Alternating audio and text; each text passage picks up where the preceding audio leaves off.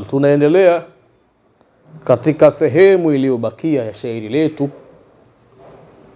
Anasema Imamuna Shafi'i, madha nasu turran wa badu siwa aradhila anhum tujallu alkilabu yulaqika bilbishri dahma'uhum wa taslimu man raqqa minhum sibabu. Anasema Imamuna Shafi'i, madha nasu turran, wameondoka wale watu wote. Hapa nakusudia wale watu maridadi, watu waliokuwa na haiba. Wabadu, na wamesahaulika. Wabadu, na wamesahaulika watu hao. Siwa aradhila, akikusudia hawakubakia siwa aradhila, isipokuwa watu madhalili. Anhum tujallu alkilab, akikusudia tujallu alkilabu anhum. Tujallu alkilab, huzungushwa mambwa. Anhum, kwa ajili ya kuwalinda hao watu madhalili waliobakia. Siwa aradhila, akikusudia hawakubakia baada ya kuondoka hao watu ambao wanazingatiwa kuwa ni watu. Hawakubakia siwa aradhila, isipokuwa watu madhalili. Tujallu alkilabu anhum, huzungushiwa mambwa watu hao ili upatikane ulinzi kwa wao. Imamuna Shafi'i katika beti hii ni kana kwamba anatueleza kuwa kulikuwa kuna watu wana haiba, watu mahodari, watu wenye heshima zao, na bila shaka watu hao watakuwa ni watu wacha Mungu. Lakini sasa hivi watu hao hawapo, walisha kuwepo huko nyuma, tamam, na wamesahaulika na hawakubakia hivi sasa isipokuwa watu madhalili, watu ambao hawajiamini na hawana aiba, hawana haiba ya aina yoyote, kiasi ili waone kwamba hapa tupo katika ulinzi, basi yazungushwe mambwa pembezoni mwao. Tamam. Na hapa Imamuna Shafi'i ni kana kwamba ametumia kinaya aliposema tujallu alkilabu anhum, uzungushiwa mambwa ili upatikane ulinzi kwa wao. Hajakusudia yale mambwa ya hakika, hapana, amekusudia wale wanajeshi. Tamam. Na hao wanajeshi ni wanajeshi ambao wenye kutii amri tu.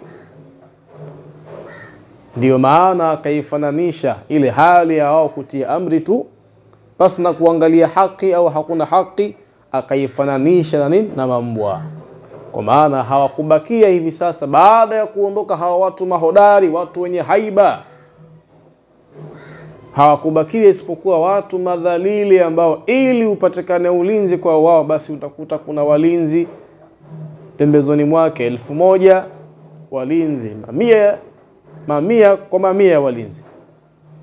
Tamam. Kwa maana Imamuna Shafi'i anatueleza kwamba kulikuwa kuna watu wacha Mungu wenye kujiamini. Wao wako na Mungu tu, hawahitaji hata bodyguard kuwalinda.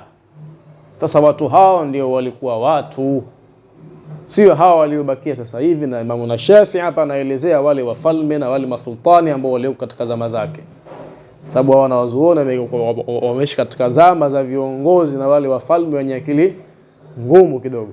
Tamam, walikuwa wakifanywa vitimbi sana. Tamam. Asa tuchukue mfano mmoja wa au madha nasu. Mfano mmoja ni mtume wetu Muhammad sallallahu alaihi wasallam. Mtume alikuwa hana bodyguard baada ya kumshukia aya ya kusema Allah sasa kuanzia sasa atakulinda dhidi ya vitimbi vya watu. Atakulinda dhidi ya vitimbi vya watu. Basi kuanzia siku hiyo mtume akawa hahitaji tena bodyguard. Na makhalifa pia vile vile. Sayyidina Umar ibn al-Khattab alikuwa hana bodyguard, alikuwa yuko yeye na Mungu wake muda wote.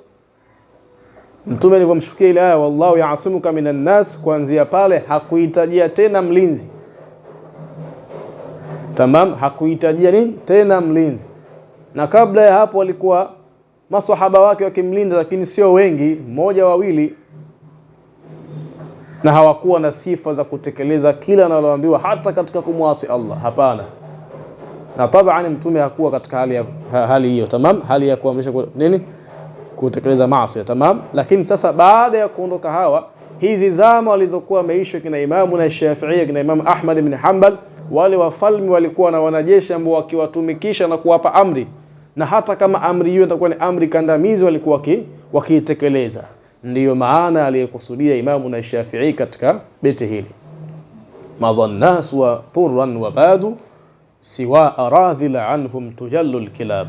Wameondoka wale watu, wameondoka wale watu ambao ni watu bwana wote, wabadu, na wameshasaulika, na hawakubakia siwa aradhila, hawakubakia sasa isipokuwa watu madhalili. Anhum tujallu alkilab, akimaanisha tujallu alkilabu anhum, huzungushiwa kundi kubwa la walinzi na wanajeshi ili kugewa ulinzi watu kama hao, tamam, akiwakusudia wale wafalme wa zama zake. Yulaqika bilbishri dahma'uhum. Dahma'u maana yake ni jama'atu minan nas, kundi la watu, kundi la watu. Sasa anasemaje? Yulaqika bilbishri dahma'uhum, akimaanisha dahma'uhum, wengi wao, dahma'uhum, wengi wao, yulaqika bilbishri, watakupokea wewe kwa bashasha, kwa tabasamu, wataslimu man raqa minhum sibabu, wataslimu, na kunyenyekea, wataslimu, na kunyenyekea, man raqa minhum, yule aliyekuwa mwepesi katika wao, sibabu ni sawasawa na tusi, sibabu ni sawasawa na tusi. Anakusudia nini? Wataslimu man raqa minhum sibab, na kunyenyekea yule aliyekuwa mwepesi katika hao wafalme na masultan, sibabu ni sawasawa na tusi, akimaanisha kwamba wengi wao katika hao wafalme walikuwa na sifa ya kuonesha bashasha wanavyowapokea wanawazuoni, wanavyowapokea watu wa kawaida ambao si katika wao, lakini sifa ya kuwa eti waoneshe unyenyekevu kwa wanawazuoni wao, waoneshe unyenyekevu kwa hao watu wengine, sifa hiyo walikuwa hawana, na sifa hiyo kwa wao ilikuwa ni sawasawa na tusi, ni sawasawa na nini? Na tusi. Kwa maana hiyo, hata uwe mwanawachuoni vipi, usitarajie kwamba eti mfalme fulani ataninyenyekea. Hapana, yeye ana mipaka yake. Atakupokea kwa bashasha, stars, kaa hapo, takaa. Kama yuko bize muda huo, ataenda kwenye shughuli zake, akimaliza ndo atakuja kuzungumza na wewe. Hawezi eti kuacha mambo yake akakushughulikia wewe. Hapana. Sasa hiyo ni sifa ambayo walikuwa nayo hao wafalme katika zama hizo, ambao walikuwa ni wepesi kwa kuwapokea watu, kuelekea watu. Lakini pamoja na kuwa ni wepesi, lakini sifa ya kunyenyekea kwa wao ilikuwa ni sawa sawa na tusi. Na hiyo hali tunaiona hata katika zama zetu, tamam? Tunaiona hali kama hizo hata katika zama zetu. Wapo wenzetu Mwenyezi Mungu kawafungulia dunia mashallah, sawa sawa, lakini wanawachuoni wanapowaendea hao wanawachuoni ndio wawanyenyekee wao, lakini sio wao wanyenyekee wanawachuoni.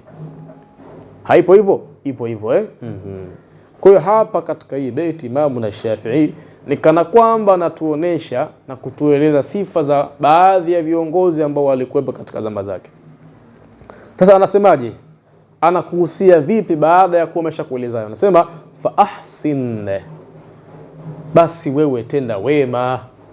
Fa ahsin, basi wewe ni tenda wema, kwa maana ongea maneno mazuri. Hata kama utaona hali kama hizo, ongea maneno mazuri, fanya vitendo vizuri, endeleza muamala mzuri kwa wao, hata kama umeona mambo hayo. Kwa sababu gani?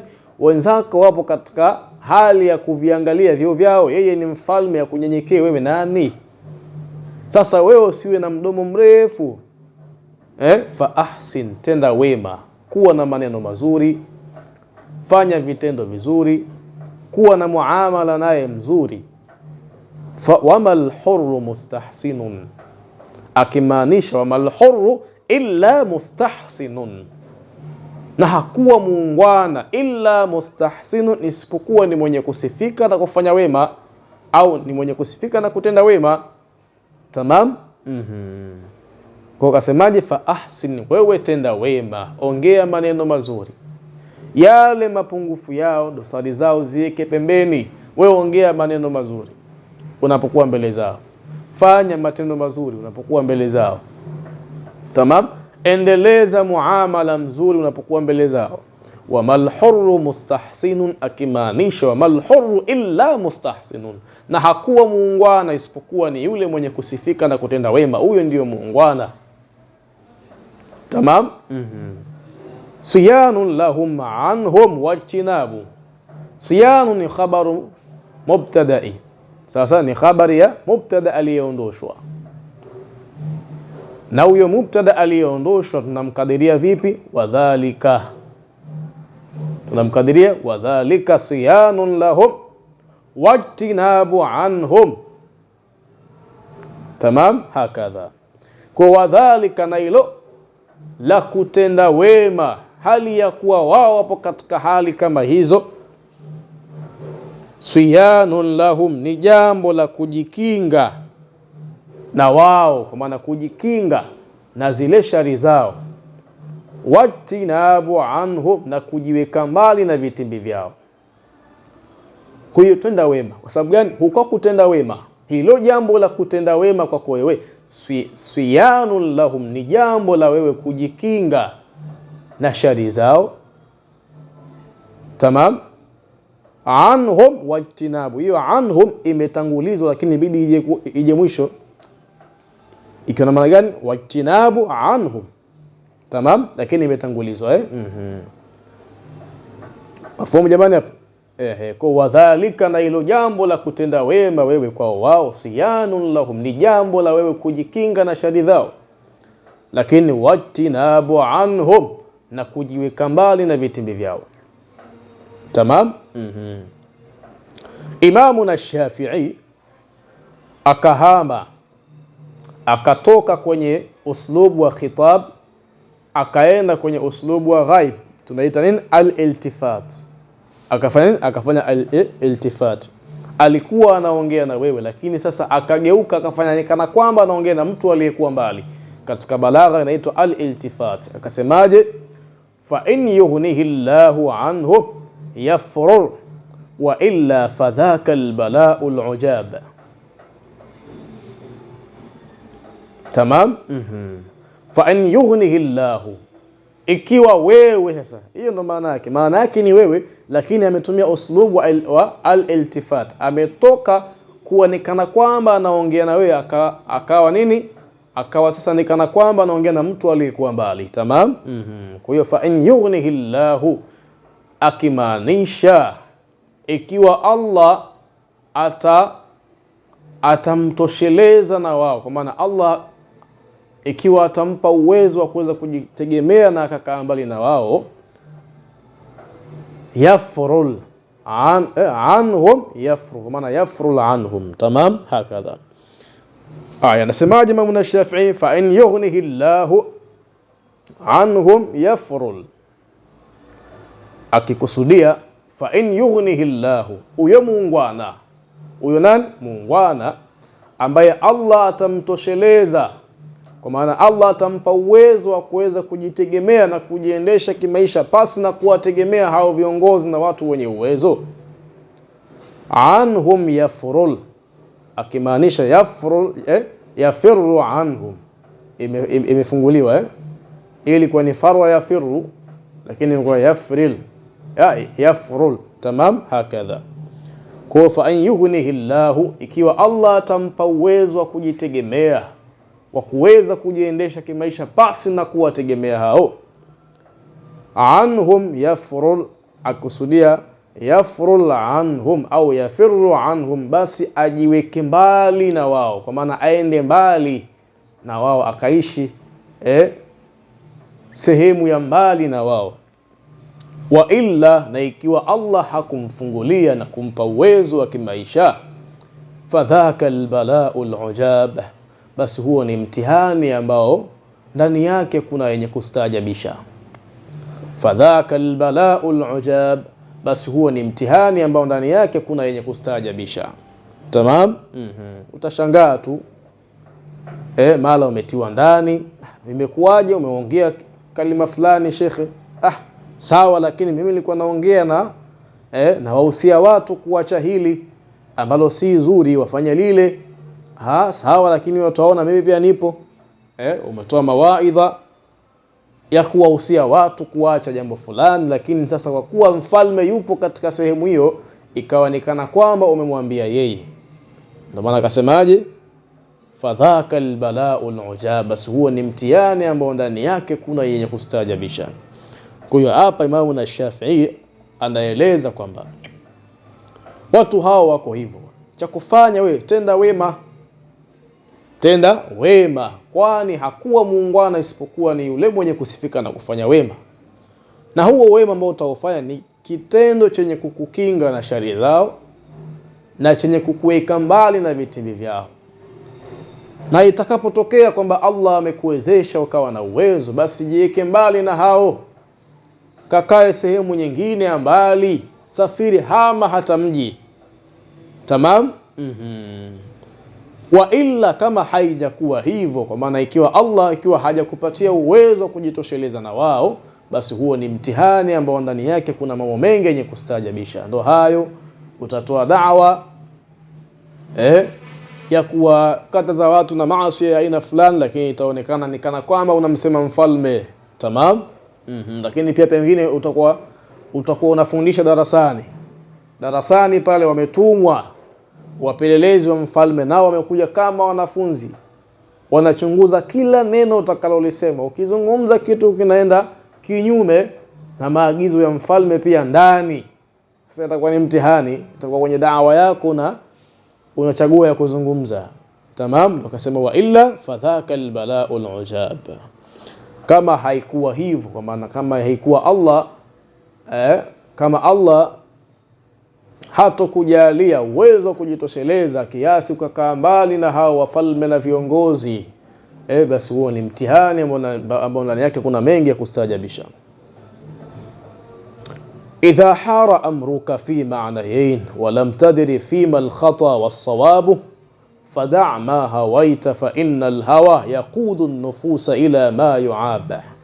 Naam, Imamu Shafi'i bado yuko na sisi, anasema idha hara amruka fi ma'nayayn. Hara ni kama vile kuzunguka, kufanya nini? Kuzunguka. Sasa na hapa akikusudia kuangukia, akikusudia nini? Kuangukia, kwa maana yani lazunguka lakini naangukia katika sehemu mbili. Tamam? Hakadha anasemaje? Idha hara amruka fi ma'nayayn, litakapoangukia jambo lako, fi ma'nayayn, katika machaguo mawili. Ma'nayayn kwa maana machaguo haya mawili. Una jambo unalifikiria, lakini kila unavyozungusha fikra linaangukia katika machaguo mawili. Tamam? Anasema hivyo Imamu Shafi'i, idha hara amruka fi ma'nayayn, litakapoangukia jambo lako katika machaguo mawili. Walam tadri fima al-khata was-sawab, walam tadri, na ikawa haujajua, fima al-khata, lenye makosa ni lipi, was-sawabu, na lenye usawa ni lipi, katika hayo machaguo mangapi? Mawili. Walam tadri, na ukawa haujajua katika hayo machaguo, fima al-khata was-sawabu. Fima al-khata ni lipi lenye makosa, was-sawabu akimaanisha fima as-sawab, na ni lipi lenye usawa. Anasemaje Imamu Shafi'i? Fada' ma hawaita. Fada' ma hawaita, kabla ya kujua ni lipi lenye usawa na ni lipi lenye makosa, fada' ma hawaita, liache haraka lile ambalo limevutiwa mno na nafsi yako. fadaa ma hawaita, liache haraka lile ambalo limevutiwa mno na nafsi yako. Fa innal hawa, kwani hakika matamanio, yaqudu nufusa ila ma yuab. Fa innal hawa, kwani hakika matamanio, yaqudu nufusa, ni yenye kuzipeleka nafsi, ila ma yuab, kufanya mambo yenye aibu ndani yake. Ila ma yuab, kufanya mambo yenye aibu ndani yake, kwa maana kufanya mambo yenye kuwatia watu aibu. Mafhum? Nadhani maneno yako wazi. Anakusudia Imamu na Shafi'i, utakapokuwa una jambo unataka kulifanya, lakini sasa ukawa unaangalia nilifanye vipi, na katika kuangalia namna ya kulifanya ikaangukia katika machaguo mawili. Sawa, katika machaguo mawili, na katika hayo machaguo mawili ukawa wewe hautambui chaguo gani ndiyo sahihi na chaguo gani siyo sahihi. Anasemaje? fadaa ma hawaita, basi liache lile chaguo ambalo nafsi yako imevutiwa nalo mno na imelipenda mno. Tamam, hakadha. Fadaa ma hawaita, basi liache lile ambalo nafsi yako imevutiwa na chaguo hilo sana na imependezewa na chaguo hilo sana. Kwa nini anakuambia hivyo? Fa innal hawa, kwani hakika matamanio, yaqudu nufusa, ni kitu chenye kuzipeleka nafsi, ila ma yuab, katika mambo yenye kuaibisha na mambo ya kutia aibu. Ila ma yuab, katika nini? Mambo yenye kutia aibu. Maana yaqudu nufus, kwani hakika matamanio, yaqudu nufusa, ni kitu chenye kuzipelekea nafsi, ila ma, kuyafanya yale mambo ambayo yuabu, ni yenye kutia aibu. Tamam. Kwa maana lile chaguo ambalo lile chaguo ambalo litakalokuwa limevutiwa mno na nafsi yako, kwamba nilifanye hili ndio nitalifanya, sawa sawa, basi hilo ndio uliwache. Kwa sababu gani? Nafsi yako ndio imevutiwa, imependezewa na chaguo hilo.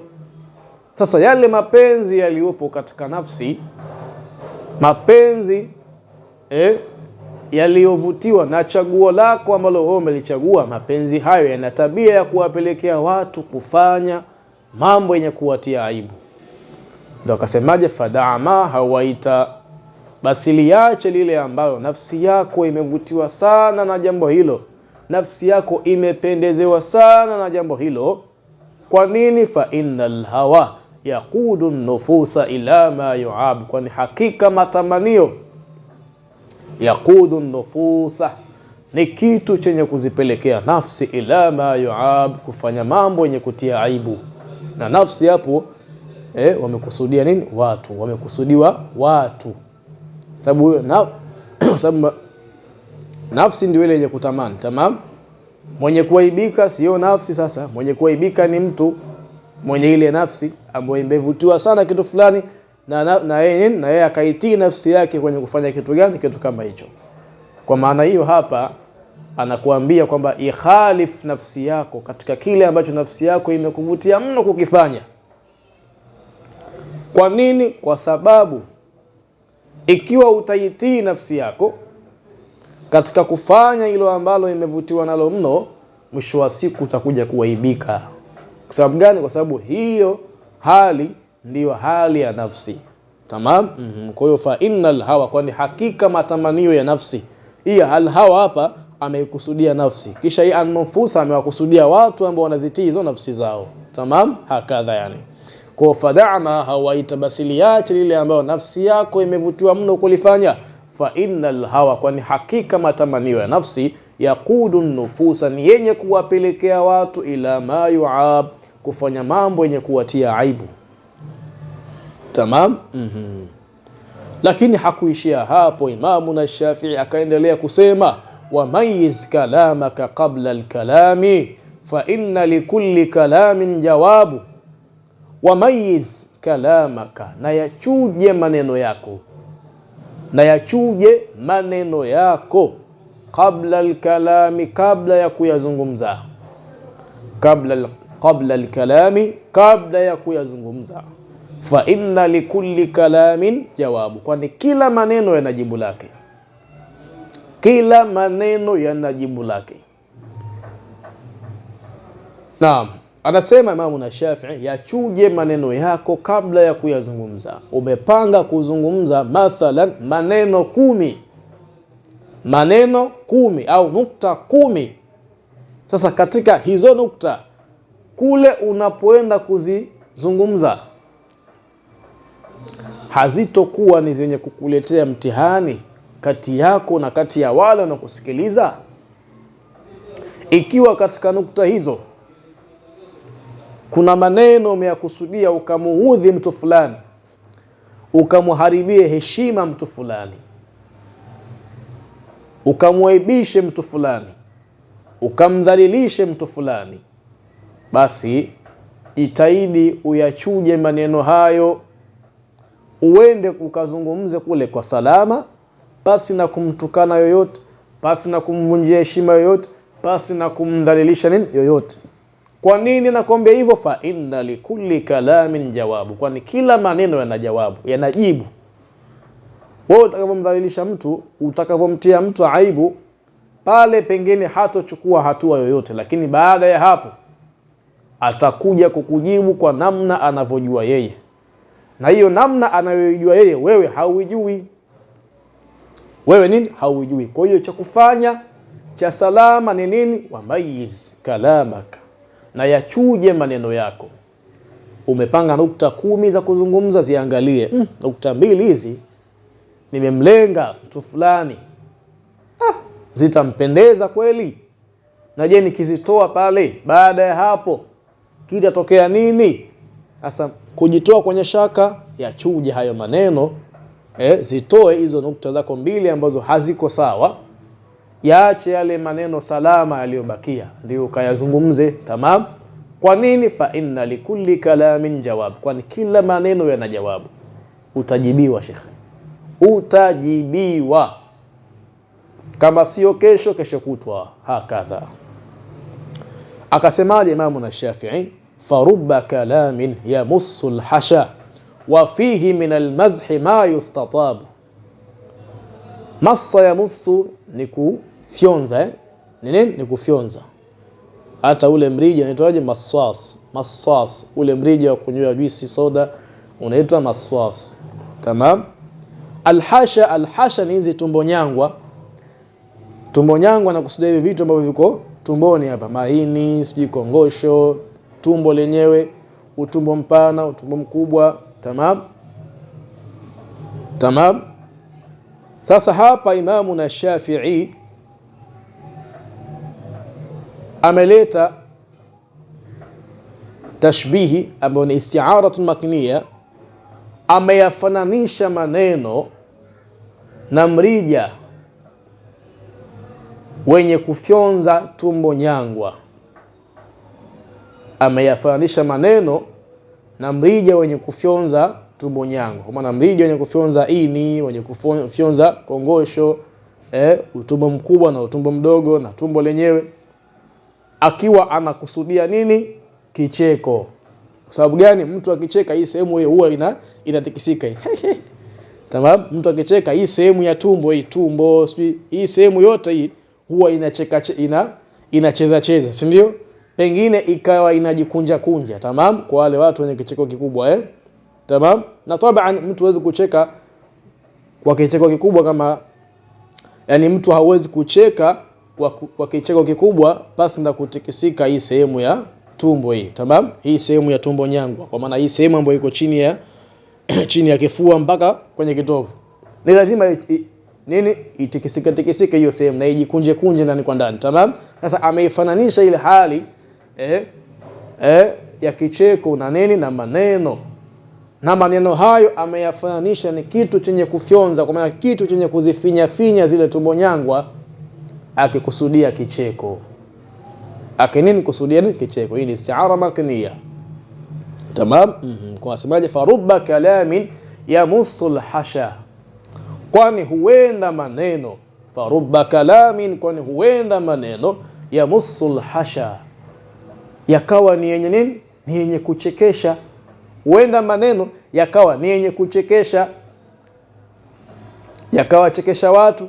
Wafihi, lakini na ndani ya wafihi, lakini na ndani ya maneno hayo, farubba kalamin yamussul hasha, huenda maneno yakawa ni yenye kuchekesha. Wafihi, lakini ndani ya maneno hayo, minal mazhi, kuna mizaha, minal mazhi, kuna mizaha, ma yustatabu, isiyopendeza. Kwa maana unaweza ukazungumza maneno ya kuchekesha watu, lakini katika maneno hayo, kwa kuwa haukuyachuja wewe na ulikusudia kumkusudia mtu fulani, watu watacheka. Tena watacheka wale ambao maneno hayo hayawahusu, lakini yule uliyemkusudia kumfanyia mzaha, kumtania, kumkejeli, yeye hatojisikia vizuri na atakasilika na atakujibu baada ya maneno hayo, na atakujibu baada ya maneno hayo. Tamam. Kwa hiyo anasemaje? Farubba kalamin, kwani huenda maneno yamussul hasha, yakawa ni yenye kuchekesha, yenye kuwatia watu burudani na kuwarusha, kuwatia bashasha. Wafihi, lakini ndani ya maneno hayo, minal mazhi ma yustatabu, kuna mizaha isiyopendeza. Kwa maana kuna mizaha ambayo wengine watafurahika nayo, lakini wengine itawaudhi na kuwakela. Tamam, hakadha. Kwa hiyo haya ni mashairi mazuri sana yaliyobeba mawaidha mapana, yaliyobeba mafunzo mapana, ambayo kila Muislam ikiwa atayaangalia vizuri, basi atakuwa ni mwenye subra, atakuwa ni mtu mwenye kukumbuka kwamba sawa, leo sina kitu, lakini nyuma nilikuwa navyo, Allah alinipa. Kwa hiyo aliyeniondoshea ni yeye, na atakayenipa huko mbeleni ni yeye. Lakini pia atajifunza kwamba kila ambalo limepangwa kunifika litanifika, na lile ambalo halikupangwa kunifika halitonifika. Lakini pia atajifunza namna ya kuishi na watu, na atajifunza kwamba nikikutana na watu wa aina fulani, watu ambao wao wakarimu, wana bashasha, lakini kitendo cha kunipa nafasi yangu mimi kama mwanachuoni, mimi kama ustadh, mimi kama imam, hicho kitendo au hiyo sifa kwa wao haipo, watanitreat, kwa maana watanipokea,